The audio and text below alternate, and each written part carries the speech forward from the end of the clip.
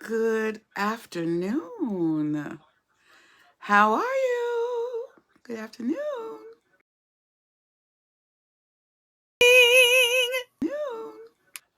Happy first Monday of 2025. How you guys doing? I don't know about y'all. Um, those of you who follow me, who are in different cities, we are in Cincinnati and we are all snowed in, like literally snowed in. But it's fun. It's okay because some of us prepare ahead of time. So, how y'all doing? I don't have anything to drink yet because my coffee is still brewing right now. I'm making coffee here, of course. And as I told you guys, those of you who follow me, thank you for following me. Thank you for liking, subscribing, and sharing and commenting on these posts. If you follow me on YouTube, thank you so much for following me. Please hit the notification button so you can know when I upload new videos. And thank you for those of us who follow me. Those of you who follow me on Facebook, on Instagram, and TikTok. Thank you for that. How y'all doing? You good? So, y'all see I'm cozy. I'm all cozy today. It is one of those mornings. It's one of those days. It is snowing. It is still snowing outside. We got 8 inches. My porch literally is full of snow. I can't even go out my porch. It's crazy. I can open the door, but if I try to step out, I probably would fall. But my son, I didn't tell him to do it, but he's out there cleaning out my car. But I gotta get I have a long driveway. Like I'm one of those people that could probably invest in one of those snow clearer thingies, probably. But yeah, so he's doing that. He's cleaning that out for me. As far as the driveway goes, I'm gonna have somebody come and do that. It's a lot. So there's a lady who is on one of my groups. But I hope y'all doing all right. Um, this is gonna be a laid back, chilled. Y'all can probably see I'm not like hyper today. I have just been getting lots of good rest. Today I slept in today. It was just been a great weekend, just chilling. We did not go to church yesterday, but we watched online. Yeah, it's just been one of those days. Like, my daughter and I just been chilling upstairs, no work, nothing specific. I do have a meeting that was supposed to take place today at 1 p.m. and they are not ready. So, they're talking about 30 minutes or so. I'm probably going to cancel the meeting. I'm not sure yet, but we need to have the meeting. So I need to figure it out if I'm going to do it today or not. But yeah, so let's get into it, shall we? Let's talk about Cincinnati Bengals for a second. I just watched Zach do a news conference. And I'm going to tell you something. Here's my thoughts. There's so much to unfold here. So much. So, if you guys remember early in the season, there was a contractual issue going back and forth with Jamar Chase. If y'all remember that. Back and forth, back and forth, back and forth. And I'm going to tell you, it affected the morale of those players. I know it did because the atmosphere was not right. Like they came in, we weren't winning. We had lost a few games that we should have won. Like y'all, we lost. Who did we play? And we should have won against. I can't remember who it was. I was flabbergasted. I said, okay, something's going on in the locker room. There's something going on, and I'm pretty sure I would put money on it that early issue they were having back and forth with Jamar Chase and also with T. Higgins and just the whole situation with their offensive coordinator, with their defensive coordinator, who they just fired today. Lou got fired today. So that messes with the morale of a team, right? It messes with the morale. Excuse me. Sorry, y'all. But it messes with the morale of a team. If you don't, hey, JT. Hi, babe. Happy New Year. Happy New Year. Hey, Barbara. So it really does. I can't see nobody else, but if you hear, say hi. Um, it really messes with. I'm, and let me just say this, guys. I'm not just someone on here talking, right? Those of you who know me well know that I have worked with NFL pros for many years. I have clients that are NFL pros. I have friends who are NFL pros. I'm friends of the wives. The wives, I'm their friends. And I've built some great relationships over the years, and I know what goes on, right? And I believe that the morale early on in the beginning of the season, because of the contractual issues they were having, caused an issue. Jamar was out; he wasn't playing for a minute. His leg was hurting. It was all a part of that, and it affected the team. We know we had a good team. We know that we had a major, major, major offense. We knew that our offensive line they've developed, they've done a great job. Our defense is pretty good too. I'm not that surprised that Lou was fired, but girl, I'm so sorry you had to go to work in this mess. So JT said it's sad because the Bengals offense is so good, yes, and the defense just kills the team, both on moral level and logistic. Let me keep reading. And logistical level. I agree. And I have been in that tunnel in the Bengals stadium many times after a game.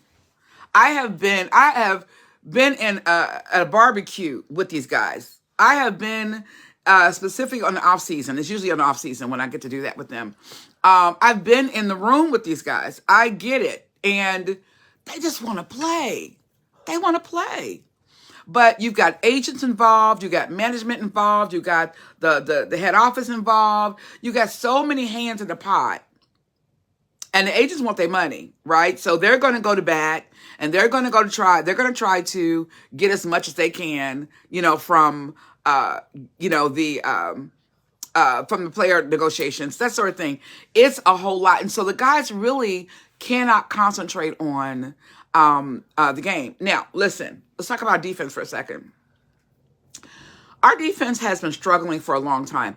Our offense was struggling for a minute, but they corrected that. They brought in the right guys. They brought some.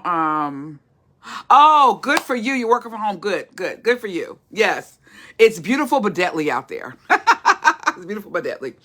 But they brought in some good guys in. Our offense was doing really, really well, and we got it together. Like, when your quarterback has 30 seconds.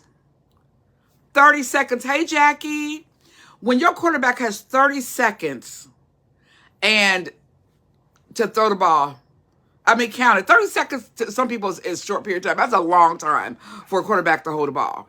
And to get out of a pocket or to be able to scramble or to be able to hit his mark. That is huge. Hey, Pat, how are you? Welcome to the live. So in that regard, that is what killed us. Now, let's talk about the Kansas City Chiefs. This is a mess. So I'm a part of a group called Black Women Who Love Football, right? And the Kansas City Chiefs and the Bengals fans, they've been going back and forth. It's all fun and fun. Some women take it a little too serious. They end up leaving. But it's football. It is what it is. And it's entertainment, right? But they've been going back and forth because, did you guys see that Broncos and Kansas City Chiefs game yesterday? Did you see how ridiculous that game was? The KC ought to be ashamed of themselves. They played their whole first string sat down. And they played nothing but second string players. They knew the Broncos was going to win. The Broncos they were excited about winning. It wasn't a game. It wasn't a real game. It was horrific. And they did it on purpose. You know why? Because they didn't want to play us in the playoffs. Because we have a hell of a team. And that is why they did that. That's why they did it. They knew exactly what they were doing. Yes, Pat Mahomes, he needed to chill out, rest, whatever. But everybody else could have played. That's some bull. I'm sorry. I don't give them anything for that. They ought to be ashamed of themselves. That is going out like losers. That's a sucker move, as we say.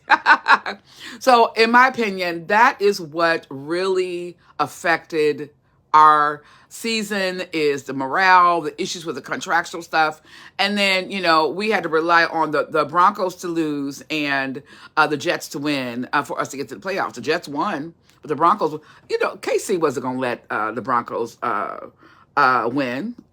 Lose. They weren't going to let that happen. They weren't going to let it happen. They won't let it happen because they know that our offense, let me tell you something. Let's talk about Jamar Chase for a second. Triple crown, baby. Triple crown, right? This brother leads in receptions, in yards, and in touchdowns. Okay? T. Higgins is leading. We got the on the defense. Trey is leading the league in sacks. We got a team. They were scared of us. That's why they didn't want us to go to the playoffs. Now, we messed up on our own. We shot ourselves in the foot, if you will, early in the season. Had we had it together, had they had worked it out, we probably would have won more games. The morale would have been, in a whole different, situation, and we would have won more games. And we had how many weeks to figure it out?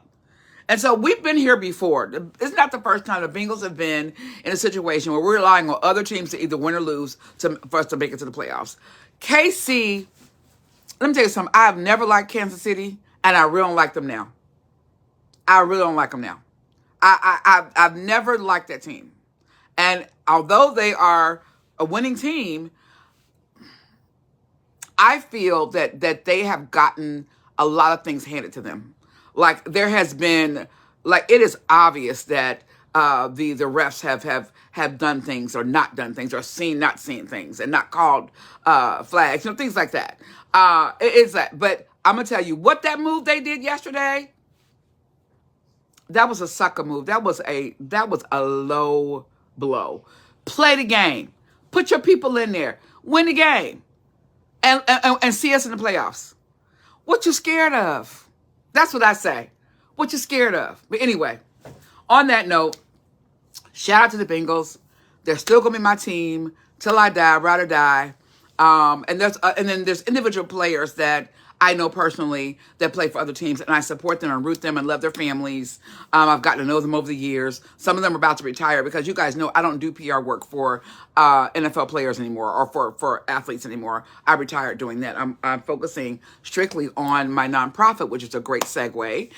Thank you to you guys who have donated, who have supported us, who have been major sponsors for us to do the things we have done. If you go to the Facebook page of Reese Spencer Foundation, I just uploaded a video that shows all things we did in 2024, thanks to you.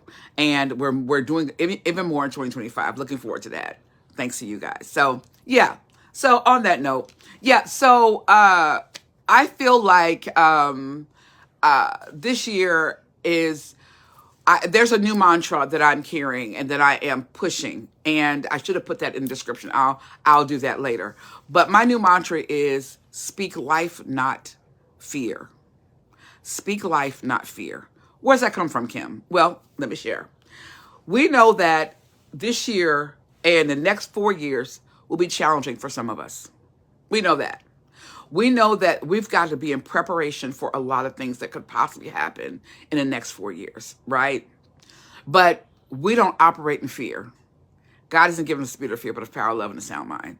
We need to operate in the assurance that we know that God's got us and that he will direct our path. And we've got to make sure that we stay in tune and listen and open our spiritual ears and be aware of what's going on as opposed to acting out of our flesh. And our flesh says fear, says I'm afraid. Oh, this guy's crazy. He's going to do this, going to do that. You know what? There's no God, man that's bigger than the God that I serve. Okay? He can try to think let me tell you something. The bigger they are, the harder they fall. So I'm just going to say that, put it out there. So we're going to speak life, positivity in 2025. That is what we're speaking. That's what we're putting out there. And that is what we are going to do this year. We are not going to speak fear. What are you afraid of? Don't be afraid. Don't be afraid. The enemy wants you to be afraid. Afraid, no. But what we have to do is we have to prepare. We have to band together. And those of us who understand what we're dealing with, we have to come together and just love on each other and support one another and be there for each other because it's a lot. And that 92%, I see you. I see you 92%. Keep doing what you're doing because we're doing this thing. We're getting it together. So I just wanted to say Happy New Year. It's a snow day. Enjoy your family today. I'm in the kitchen. I'm making a brunch, if you will, because we don't eat breakfast early in our house. We just don't do it. But I'm doing that now as we speak. My coffee's done brewing. I'm gonna be finished cooking some other foods, and then I'm gonna put together like a good old big old pot of chili for later and some cornbread. I think I'm gonna do my black eyed peas because I did not do that on the first because we were traveling. I was going to make that actual first. I'm going to do some collard greens, some black eyed peas, and some cornbread today, and then make maybe a pot of soup, something like that, just for the next couple of days. So, all right, Reese's Pieces. This is going, like I told you, it's going to be a short video. I got a Zoom meeting in about 5 minutes. I need to get to, but have an awesome rest of your day. Have an awesome rest of your week. Happy New Year. Happy prosperous New Year. And I will see you guys next time.